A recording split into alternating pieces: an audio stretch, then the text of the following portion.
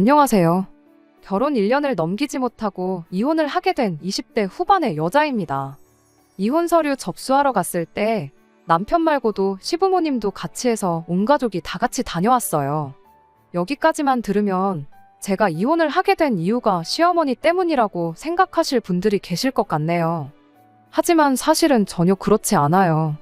너네 이혼하는 김에 나도 이혼해야겠다고 시어머니도 같이 이혼 서류 접수하러 따라왔던 거였거든요. 엄밀히 말하면 시어머니 때문에 이혼했다고 봐도 무방하긴 하겠네요. 남편을 언제 만나고 어떻게 만났는지는 중요한 이야기가 아니니까 간단하게 정리하고 생략할게요. 연애 9개월 하고 결혼했고 결혼은 반반 결혼했어요. 정확히 10원 단위까지 절반 나누고 결제할 때마다 네 반 내 반씩 낸 건 아니지만 누가 더 내고 누가 덜 냈다 이야기 안 나올 정도로 합리적으로 반반 결혼했습니다. 결혼 준비하는 동안 아무런 문제가 없었고 뭐 이상한 것도 없었어요. 그런데 결혼식 당일날 무언가 말로 표현할 수 없는 묘한 느낌을 받게 되었어요. 그 느낌은 얼마 지나지 않아서 궁금증으로 바뀌었고요. 결혼식 날에 제가 워낙 긴장을 했던 터라 신부 대기실에서 완전히 얼어붙어 있었어요. 분명히 그때 이분은 누구다, 저분은 누구다 해서 신랑 측 하객분들 소개도 받고 인사도 나누고 그랬었거든요. 그런데 제가 너무 긴장했던 탓인지 저희 친척들이랑 지인들, 친구들 제외하고는 누구랑 인사를 나눴는지 도무지 한 명도 기억을 하지 못했던 거예요. 물론 결혼했으니까 나중에야 정식으로 인사를 드리는 자리를 다시 가질 수 있겠지만 그래도 대충 어느 정도는 눈에 익혀놓는 게 저한테도 좋은 거 아니겠어요?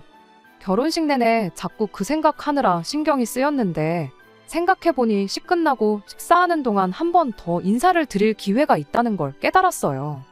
원래도 제 직업 특성상 사람 얼굴 기억하는 것 하나만큼은 자신 있는 분야였다 보니 한 번 더 인사드리면 절대 까먹을 일 없겠다 생각했지요.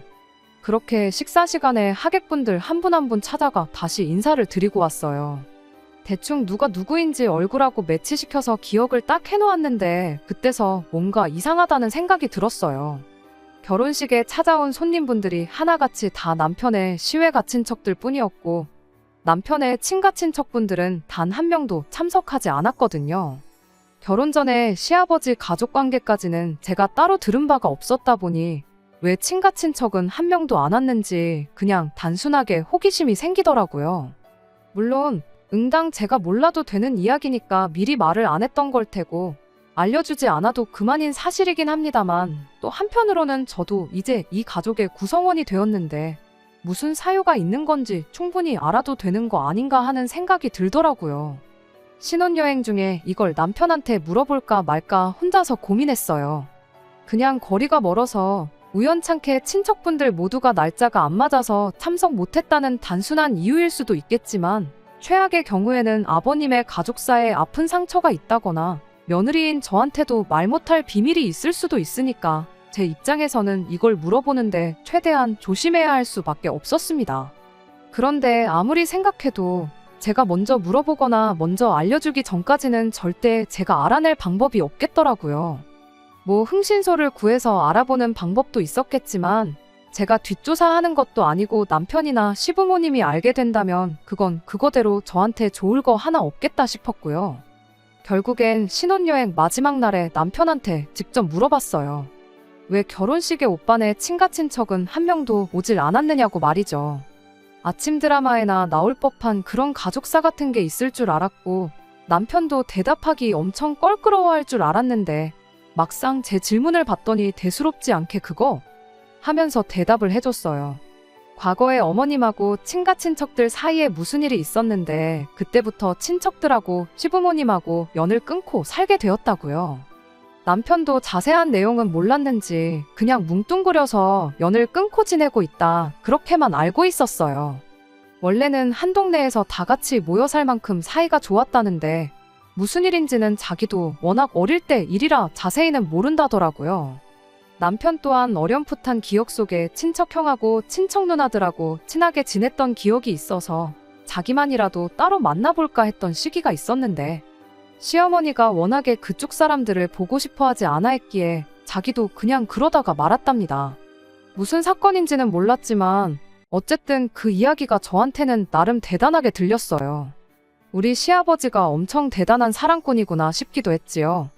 무슨 일이 있었던지 간에 가족이라는 인연을 무자르듯 끊어내는 게 사실 보통 쉬운 일은 아니잖아요. 심지어 남편이 기억도 못할 만큼 어릴 적이라고 하니 못해도 30년은 좋게 되는 세월이었을 텐데 강산이 3번이나 바뀔 시간 동안 어머님 한 분을 위해 가족들을 등지고 살고 있다는 게 참 놀라울 따름이었죠. 아들은 아버지를 닮는다는데 그때까지만 해도 내 남편도 나를 위해 그 정도 희생을 할 수도 있겠구나 싶어서 저도 더는 궁금해하지 않고 좋게 받아들였습니다. 그리고 저도 개인적으로 더는 이 일에 대해 궁금해하지 않겠다고 다짐을 했지요. 그런데 신혼여행 다녀오고 얼마 지나지 않아서 남편도 모르고 있던 그때 당시 사건의 전말을 시어머니 입을 통해 전부 듣게 되었어요.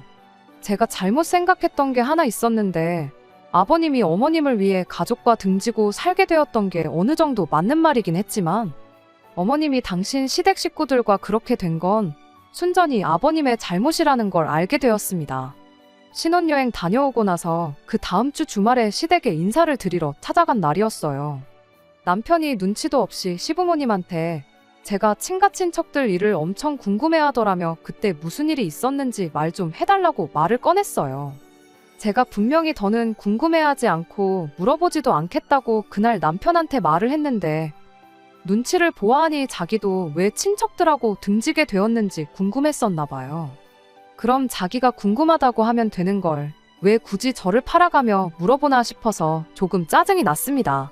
아버님도 난감해하는 표정으로 뭘 그런 걸 굳이 알려고 하냐며 언급도 하기 싫어하는 눈치였는데 시어머니가 니들도 알 건 알아야지 하면서 그때 당시에 있던 일을 이야기해 주셨습니다. 아버님 쪽이 엄청난 대가족이었대요. 아버님은 6남매 중 막내로 위로 큰아버님이 4분 그리고 고모 1명이 있었답니다. 고향집이 시골이었는데 당시 아버님을 제외한 나머지 형제들이 전부 공부에는 그렇게 큰 뜻이 없었다고 해요. 그 덕에 아들에다가 막내이기도 한 아버님이 공부하는 거 관련해서 집안의 지원을 많이 받으셨다더라고요. 그래서 혼자 몸으로 서울까지 올라와 공부를 할 수 있었고 대학교도 졸업하고 직장도 서울에 자리를 구해서 아예 자리를 잡으셨다고 합니다. 어머님하고는 대학교 다닐 때 처음 만나서 그때부터 쭉 인연을 이어오다 결국 결혼까지 하게 되었다고 하고요.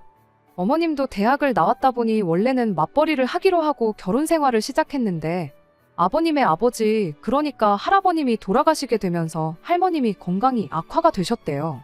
그때 할머님이 막내아들 노래를 불러대는 바람에 아버님이 어머님이랑 상의도 없이 회사고 뭐고 다 때려쳐버리고 본가로 내려가기로 했다더라고요. 아버님이 유일하게 대학물 먹은 집안 막내다 보니 부모님 사랑을 엄청 받으셨던 것 같고 아버님 또한 두 분에 대한 애틋함이 보통이 아니었나 봐요. 아무튼 어떻게 상의조차 해볼 틈도 없이 아버님 혼자 그런 큰 결정을 내리는 바람에 어머님은 선택권이 없었고 결국 아버님 따라서 같이 고향으로 내려가기로 했다더군요. 당시 집안의 장남이던 큰아버님이 집안 사업을 물려받아 일이 확장하고 저리 확장하면서 크게 키우려고 하고 있던 차였는데 어머님 아버님 두 분 다 대학물 먹었다고 거기서 사무직 자리를 줘서 일은 곧바로 할 수 있었답니다. 그런데 그렇게 본가로 내려간 지 얼마 지나지 않아서 어머님은 예상도 못했던 시집살이에 시달리게 되었다고 해요. 신우 시어머니 시집살이보다 힘든 게 동서 시집살이라고들 하잖아요. 신우야 고모님 한 분밖에 안 계셨고 할머님이 아버님을 워낙에 이뻐했으니 어떻게든 견딜 수 있었다지만 큰어머니들은 경우가 달랐나 봐요.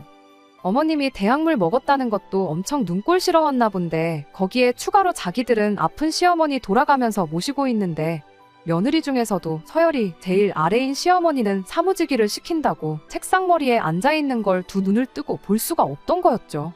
그 덕에 큰어머니들끼리 똘똘 뭉쳐서 쟤는 뭔데 왜 시어머니 봉양을 안 하는 거냐 뭐냐 아주 난리통을 치는 바람에 어머님은 그나마 경력을 이어갈 수 있었던 사무직 자리도 내려놓아야 했고 다른 큰어머니들처럼 할머니 병수발을 들기로 했답니다. 아버님은 어머님이 부당한 대우를 받는 와중에도 말 한마디 시원하게 못해주고 어머님한테 이참에 형수님들하고 친해질 좋은 기회가 아니냐고 했다고 해요. 거기서 큰어머니들하고 친해지기라도 했으면 그나마 나았을 텐데 그럴 리가 없었죠. 어머님한테 혹독한 동서시집살이가 시작된 거예요. 그동안 큰어머니들끼리 사이가 어땠던 간에 이젠 어머님이라는 부려먹기 좋은 공동의 호구가 생긴 거잖아요. 그 덕에 넷이서 아주 의기투합을 해서 어머님한테 할머님 병수발을 독박을 씌웠답니다. 어차피 자기들끼리 한통속인데 이유야 아무거나 가져다 붙이면 그게 명분이 되는 거였죠. 여태껏 서울에 떨어져 살면서 며느리돌이 제대로 한번 해본 적이 없으니 앞으로 3년은 어머님 혼자서 할머님 병수발을 들라고 우기기 시작했던 거예요. 말이 3년이지 할머님이 연세도 있고 한데 말인즉슨 돌아가실 때까지 곁에서 수발을 들라고 하는 거였죠. 만에 하나 3년이 지났는데 할머님이 살아계신다 한들 그때는 아마 또 새로운 이유를 찾았을 거라는 거예요. 할머님만 간병하면 다행이었겠지만 그게 아니라 할머님 병수발 드는 짬짬이 어머님한테 자기들 필요한 일을 시키기 시작했답니다. 할머님이 뭐 24시간 내내 아픈 게 아니셨기 때문에 괜찮아 보이면 괜찮은 대로 큰어머니 댁 아무데나 끌려가서 집안일도 도와야 했고 그쪽 친정행사까지 끌려가서 온갖 가지 일을 했다더라고요. 그렇게 1년이 지나니 어머님 몸무게가 거의 10kg 넘게 빠지고 원형 탈모도 겪고 아주 말도 못할 만큼 힘들었다더라고요. 무슨 부귀영화를 누리려고 이 사람을 따라와서 이 고생을 하고 있나 싶고 우울증 증세까지 보이셨다고 해요. 그 와중에도 아버님은 형님들, 형수님들 눈치 본다고 말 한마디 못하고 어머님 보고 참고 견디라는 말만 했다더랍니다. 당장 아버님 일자리부터가 집안 사업이었다 보니 괜히 형님이나 형수님 기분 거슬러서 좋을 거 없다고 한다던가 지성이면 감천이라고 언젠간 형수님들이 당신 노고를 알아줄 테니 견디고 참고 있어라 하는 식으로 말이죠. 그런 식으로 아버님이 대충 어머님 기분만 달래며 하루하루를 보내고 있었는데 할머님의 건강이 급격하게 안 좋아지면서 결국 돌아가셨다고 합니다. 그때 어머님은 어머님 나름대로 이젠 간병의 의무는 끝이 나게 되었으니 삶이 조금 나아지지는 않겠나 기대를 하셨다는데 어머님을 기다리고 있던 건 자유가 아니고 추악한 동서시집살이의 시작이었다고 합니다. 결국 견디다 못한 어머님이 아버님한테 언제까지 이렇게 살아야 되냐 하소연을 하셨는데 아버님이 어머님 앞에서 큰어머니들 편을 들어줬다고 해요. 시집살이 뭐 당신만 하고 있는 줄 아느냐고 우리 큰형수님도 처음 시집 왔을 때 어머니한테 시집살이 제대로 당했었고 아래로 들어온 형수님들도 어머니부터 위로 형수님들까지 다 시집살이 겪고 오신 분들인 거 모르냐면서요. 시집살이라는 게 원래 대물림 되는 거 모르냐고 우리가 서울에서 사는 동안 안 했던 자식돌이 며느리돌이를 하고 있는 거니 불만 갖지 말라고 했대요. 그때 어머님이 터져버린 거예요. 아버님 말을 믿고 시간이 해결해주겠지 하고 참아왔지만 아버님 말대로 시집살이가 대물림 되는 거라면 아버님 밑으로는 남자 형제가 아무도 없으니 평생 이 모양 이 꼴로 살아야 되는 거 아니냐. 이 못 믿어온 사람이 평생을 가도 내 편을 들어줄 것 같지는 않고 그 꼴을 보면서 평생 동서들 식모 노릇하면서 살았다간 내가 살아도 내 명예는 못 살겠구나 싶으셨던 거죠. 그래서 아버님께 심각하게 이혼 이야기를 꺼냈답니다. 당시 어린아이였던 남편 교육 문제도 있고 평생 이혼 엿딱지를 달고 살지언정 더는 당신네 가족들 식모로 살 생각은 없다고요. 아버님은 그제서야 사태의 심각성을 깨달은 건지 결국 그 후로 몇 달 지나지 않아서 두 분은 다시 서울로 삶의 터전을 옮기게 되었다고 합니다. 서울로 돌아가는데도 아주 난리도 아니었대요. 큰어머니들 입장에서는 지난 몇 년간 온갖 귀찮은 일을 도맡아서 처리해주던 일꾼 하나가 사라지는 거나 마찬가지였으니 말이에요. 그때 이렇게 떠나는 법이 어디 있냐며 이대로 가면 평생 가족 대접은 못 받을 줄 알라며 강하게 나왔다는데 어머님은 어차피 이혼까지 결심하셨던 터라 그러거나 말거나 알아서들 하라고 강하게 나갔답니다. 결국 그렇게 남편의 친가친척들과 그 후로 평생 연을 끊고 살게 되었다는 이야기였어요. 다 쓰고 보니 엄청 긴 이야기네요. 한 줄로 줄이자면 시어머니가 아버님 때문에 엄청 고생을 하셨다. 뭐 그런 이야기지요. 이 이야기를 하면서 치를 떠는 어머님 모습을 보니 그때 얼마나 고생하셨는지 듣고 있는 저조차도 가늠이 되지 않을 정도였어요. 그러나 저러나 어쨌든 시부모님과 큰집 사이에 얽힌 일이 사실상 저랑은 관계가 없는 일이었다 보니 어머님이 엄청 고생하셨구나 그러고 넘어갔습니다. 그런데 이 일 때문에 제가 이혼을 하게 될 줄은 그리고 시어머니까지 같이 이혼을 결심하실 줄은 생각도 못했어요. 사건의 발단은 저희 결혼하고 나서 두 번째 맞는 명절인 설날의 일이었어요. 추석은 그냥 시부모님 댁에서 조촐하게 넷이 모여서 음식 해먹고 시간 보내다 왔었거든요. 당연히 설날도 똑같이 그럴 줄 알았어요. 그런데 연휴 시작하기 일주일 전쯤 해서 뜬금없이 시아버지한테서 연락을 하나 받게 되었어요. 명절에 따로 무슨 계획이 있는지 물어보시더라고요. 큰 계획은 없었고 집에서 그냥 쉴 계획이라 명절 당일날 아침에 시댁, 저녁에 친정 다녀오려고 한다고 대답했는데 그러지 말고 연휴 동안 다른 약속 잡지 말고 있어보라고 하시더라고요.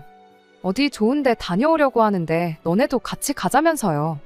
시댁 상황이 그렇다 보니 따로 제사도 지내지 않아서 말 그대로 저는 어디 여행이라도 다녀오실 계획인가 싶었어요.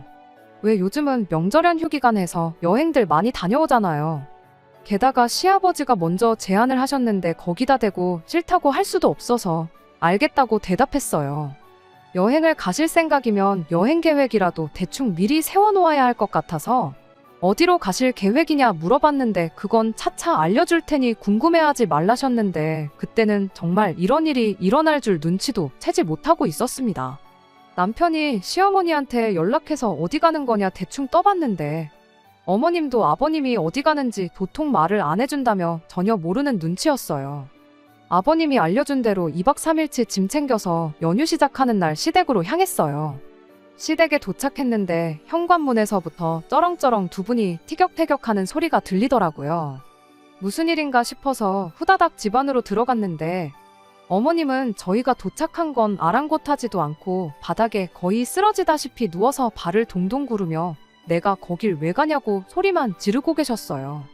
아버님은 미간에 주름을 잔뜩 만들어서는 인상만 쓰고 한숨만 푹푹 쉬고 있었고요. 어디 좋은데 데려가려고 비밀로 하셨나 싶었는데 아버님이 가려던 곳이 어디 놀러 가려는 게 아니었고 어머님이랑 저희들 데리고 평생 연을 끊고 지냈다던 그 큰 집에 가려던 거였다는 걸 알게 되었습니다. 사실은 그 30년 가까운 세월 동안 아버님이 완전히 큰 집 식구들과 따로 연락을 하고 지냈던 거예요. 저희 결혼할 때도 축의금이라고 그쪽 집에서 아버님께 따로 50만 원을 보내줬었다네요. 아버님은 그렇게 큰 돈을 보내주는 걸 보면 형님들도 형수님들도 다시 우리랑 잘 지내보고 싶어서 그러는 것 같은데 옛날 같지 않을 테니까 한번 다녀와 보자고 어머님을 설득하고 계셨죠. 형제가 5이니까 계산해보면 한 집당 꼴랑 10만 원씩 낸 것 같은데 그걸 두고 큰돈이라고 하시는 게 며느리인 제가 듣기에도 어이가 없었어요. 심지어는 그 50만 원 받았다고 저희 결혼식장에도 불러서 아주 분위기를 개판 만들 계획도 가지고 계셨더라고요. 다행히 실행에 옮기지는 못했지만 말이죠. 아버님은 어떻게든 어머님을 설득하려고 했지만 솔직히 그 고생을 하셨는데 무슨 이유를 댄들 이제 와서 누가 거길 가고 싶어 하겠나요? 정신 차리고 감정을 조금 추스르신 어머님이 아버님한테 나는 내 발로 그 집구석 2번 다시 들어가지 않겠다고 다짐했고 그 마음은 여전하다고 한마디 하시더군요.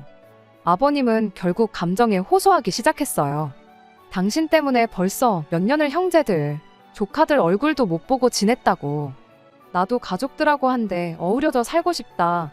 이 정도 했으면 충분히 용서해 줄 때가 되지 않았느냐고 하는데 어머님이 아버님 말을 딱 끊어버리더니 그렇게 쉽게 용서가 되는 일이었으면 그 집구석 찾아가도 내 발로 진작에 찾아갔을 거라고 정 그렇게 가고 싶으면 애들도 데려가지 말고 당신 혼자 내려갔다 오라 말하고 그냥 방으로 들어가 버리셨어요. 들어가면서 저희한테도 행여나 니들만이라도 따라서 다녀올 생각 말라 한마디 하셨고요. 아버님은 방에 들어가신 어머님을 보더니 제가 있는 건 아랑곳하지 않고 험한 욕을 섞어 쓰시면서 혼자 밖으로 나가버리시더라고요. 거기에 저희가 더 있어봤자 뭐 나아질 건 없는 것 같고 분위기도 그래서 결국 그 길로 저희는 저희대로 집으로 돌아왔습니다. 어머님, 아버님 문제가 저희한테까지 번질 거라고는 생각도 못했는데 집으로 돌아가는 차 안에서 일이 터지고야 말았네요. 남편이 말 한마디 없이 운전만 하고 있었어요. 그걸 보니 부모님 싸우는 걸 본 남편도 속도 속이 아니겠구나 싶어서 저도 딱히 아무 말 하지 않고 창문밖만 쳐다보고 있었죠. 그런데 남편이 난데없이 저한테 화를 내기 시작했어요. 너는 며느리가 돼서 어떻게 거기서 말 한마디 안 하고 있을 수 있냐면서 짜증을 내더라고요. 남편이 무슨 소리를 하는 건가 싶었죠. 부부싸움은 칼로 물베기라는데 심지어 시부모님이 싸우고 있는데 내가 거기서 무슨 말을 했어야 했냐고 되물었지요. 그리고 내가 며느리인 게 거기서 또 무슨 상관이냐고요. 제 물음에 돌아온 남편의 대답이 아주 가관이었습니다. 제가 거기서 어머님한테 걱정하지 마시라고 설득을 했어야 한다는 거예요. 내가 무슨 수로 설득을 하느냐 했더니 그 집에서 무슨 일을 시키건 간에 어머님 대신에 제가 다 할 테니 어머님은 눈치도 보지 마시고 아무 일도 하지 말고 며느리만 믿고 가만히 계시기만 하면 되는 거다, 이렇게 말을 했어야 한다네요. 당최 무슨 소리를 하는 건지 이해가 안 돼서 뭔 소리냐고 똑바로 좀 말해보라고 다시 물었어요. 남편은 당당하게 생각해보라고. 벌써 30년 가까이 지난 일이다. 어머니한테 시집살이 시키던 큰어머니들도 전부 다 며느리들을 봤을 텐데 며느리 부려먹으면 되지 어머니한테 일을 시키겠냐고요. 행여나 무슨 일을 시킨다 하더라도 어머님도 며느리인 제가 있으니 저한테 시키면 다 해결되는 일인데 어머니가 시집살이 때문에 고생했던 게 있으니 너한테 무슨 일을 시키기는 뭐 할 것 아니냐고. 그러니까 그 전에 제가 나서서 어머님한테 일은 제가 할 테니 가서 편히 쉬다 오실 생각만 하시면 된다 하고 걱정을 없애드렸어야 한다는 겁니다. 제가 남편한테 지금 제정신으로 하는 소리냐고 했어요. 어머님 말 맞다나 아버님이 그때 당시에 시집살이는 대물림 되는 거라고 했던 말이랑 다르게 뭐가 있느냐고 따져 물었죠. 그랬더니 그때랑 지금이랑 같냐고. 시대가 달라졌는데 어머니가 당했던 것처럼 너한테 뭐 혹독한 일이라도 시킬까봐 그러냐. 그리고 만에 하나 너한테 일을 시킨다고 한들 어머니처럼 몇 년을 시키는 게 아니고 고작 2박 3일 하고 오는 건데 그게 그렇게 힘든 일이냐고 입에 개거품을 물더라고요. 제가 사람을 잘못 봐도 한참 잘못 봤어요. 자초지종을 모르고 아버님이 어머님을 위해서 가족들과 연을 끊었다는 사실을 알게 되었을 때 남편도 아버님을 보고 배워서 배우자를 위해선 가족과도 연을 끊을 만큼 어려운 결단을 내릴 줄 아는 사람이겠다고 생각했는데 그게 아니고 닮아선 안 될 부분만 쏙 골라서 닮은 거였어요.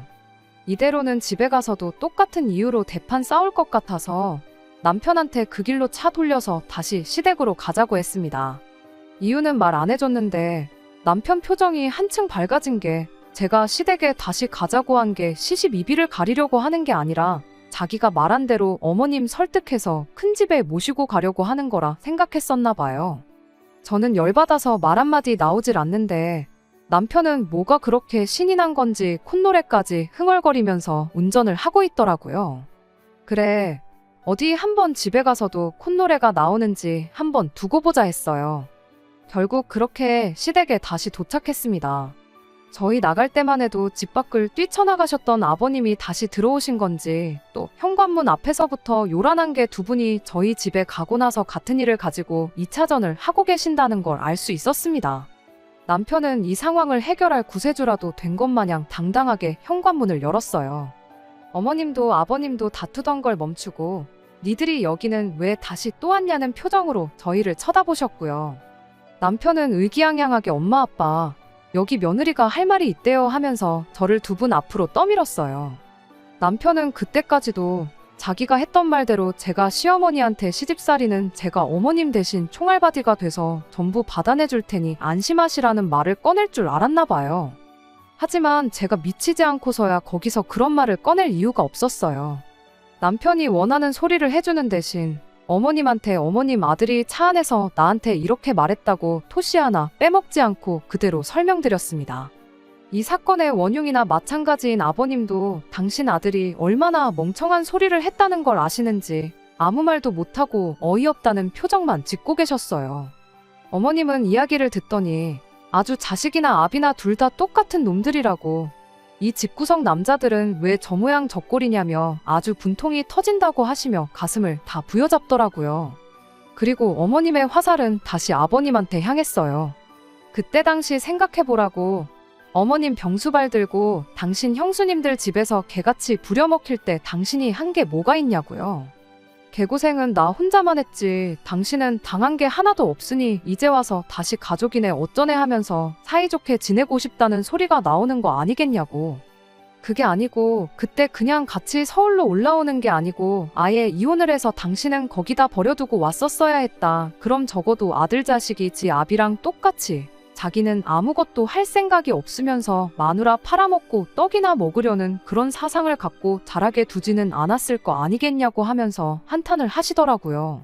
그러더니 제 손을 붙잡고서는 저한테 미안하다고, 내 아들이 이딴 자식인 줄 알았으면 아예 결혼한다고 했을 때 반대를 했었을 거라며 몇 번을 저한테 사과를 하시더라고요. 그럴 게 아니고 나는 지금 당장 이혼을 해야겠으니 이혼 전문 변호사부터 알아보러 가자고 제 손을 잡아 끄셨어요. 자기 이혼하는 김에 너도 상담이라도 한번 받아보라면서 말이죠. 어머님 감정이 너무 격양되어 있는 것 같아 거기선 제가 어머님을 말렸습니다. 어머님한테 변호사들도 명절에는 쉬지 않겠느냐고, 변호사는 명절 끝나고 알아보러 가자고 하고 말이에요. 어머님도 제 말 듣고 한 발 물러나시더니 두 남자들한테 한마디 하셨습니다. 두 사람 다 꼴도 보기 싫으니까 당장 나가라고요. 어디 딴 데 가지 말고 이 길로 차 끌고 큰 집에서 2박 3일 동안 머리나 식히고 오라고, 어디 딴 길로 샜다가 걸리면 그 길로 평생 내 얼굴 못 보고 사는 줄 알라고 강하게 나오셨어요. 결국 남편하고 아버님만 둘이서 큰 집으로 출발하게 되었습니다. 저는 저대로 그냥 집에 돌아갈까도 했지만 두 사람 출발하고도 어머님이 손을 계속 바들바들 떨고 계실 만큼 혈압이 올라가 있는 것처럼 보여서 그냥 시댁에 머물렀어요. 늦은 낮잠을 주무시고 그날 저녁이 돼서 어머님이 저를 부르셨어요. 그리고 거기서 둘이 진솔한 이야기를 나누었습니다. 어머님은 저한테 자꾸만 미안하다고 하셨어요. 방에서 혼자 몇 번을 생각해봤는데 아버님이 30년 동안 어머님을 속이고 가족들하고 계속 연락을 해왔던 것부터, 이유가 뭐였던 간에 며느리 받자마자 어머님이 저한테 시집살이를 시키게 만들 계획을 가지고 있던 것부터 뭐 하나 용서가 되는 게 없다고, 앞으로 아버님을 남편으로 보고 살 이유도 없는 것 같아 진짜로 이혼을 해야겠다고 하셨습니다. 그리고 아무리 생각해도 제가 그걸 못하게 할 권리는 없다는 생각이 들었어요. 결국 저는 어머님한테 어머님 뜻이 그러시다면 그렇게 하시는 게 맞다고 대답을 했어요. 그런데 막상 대답을 그렇게 하니 저도 생각이 많아지더라고요. 남편이 어떤 생각을, 어떤 사상을 가지고 있는지 이번에 제대로 알게 되었는데, 이번 일로 어머님, 아버님이 이혼하게 되면 아버님이 그랬던 것처럼 평생 이 일을 가지고 저 때문에 두 분이 이혼하셨다고 받아들일 테고, 그걸 두고 겉으로는 안 할지라도 평생을 두고 저를 원망하겠다는 생각이 들었어요. 이틀 밤낮을 과연 제가 그걸 감당하면서 살 수 있을까 고민을 했습니다. 혼자 아무리 고민해봐도 답이 나오지 않던 상황이었는데 큰집 다녀온 남편이 꺼낸 말 한마디에 결국 이혼을 결정했네요. 저는 남편이 거기 다녀와서 저한테 사과라도 할 줄 알았어요. 그런데 오히려 기고만장해서 돌아왔습니다. 그 집구석에 가서 무슨 조언을 듣고 온 건지 스스로 생각해서 저러는 건지는 모르겠는데, 너랑 어머니가 걱정했던 거 다 기우였다. 큰어머니들 다 좋은 분들이더라. 과거에 있던 일들은 이미 다 용서했으니 악감정 하나 남아있는 게 없으시다고, 다음 추석에는 꼭 보자고 하시더라. 그러니까 다음 추석에는 꼭 어머니도 모시고 넷이서 같이 다녀오자. 이딴 소리를 하더라고요. 다른 건 몰라도 남편은 어떻게 아들이 돼서 그 집 구석 다녀오고 나서 큰어머니들이 어머니를 용서했다더라 하는 말을 꺼낼 수 있는가 싶었어요. 아무리 생각해도 용서는 어머님이 그분들을 해드리는 게 맞는 건데 말이에요. 그때 확신했어요. 어머님은 이혼을 확고하게 결심하신 것 같은데, 그렇게 되면 남편이 평생 내 잘못으로 시부모님이 이혼하셨다고 생각할 테고, 그걸 두고 평생 나를 원망만 하고 살겠구나 말이에요. 저는 그날 남편 말에 아무 대답하지 않았고, 명절 끝나고 나서 어머님 모시고 변호사 만나고 오는 길에 저도 같이 이혼 상담을 받고 왔습니다. 어머님의 경우에는 소송까지 가도 절대 지지 않을 것 같다는 대답을 들었는데, 저의 경우에는 소송으로 갔을 때 기각될 확률이 높으니 최대한 남편과 협의점을 찾아서 이혼을 해야 한다는 조언을 받았어요.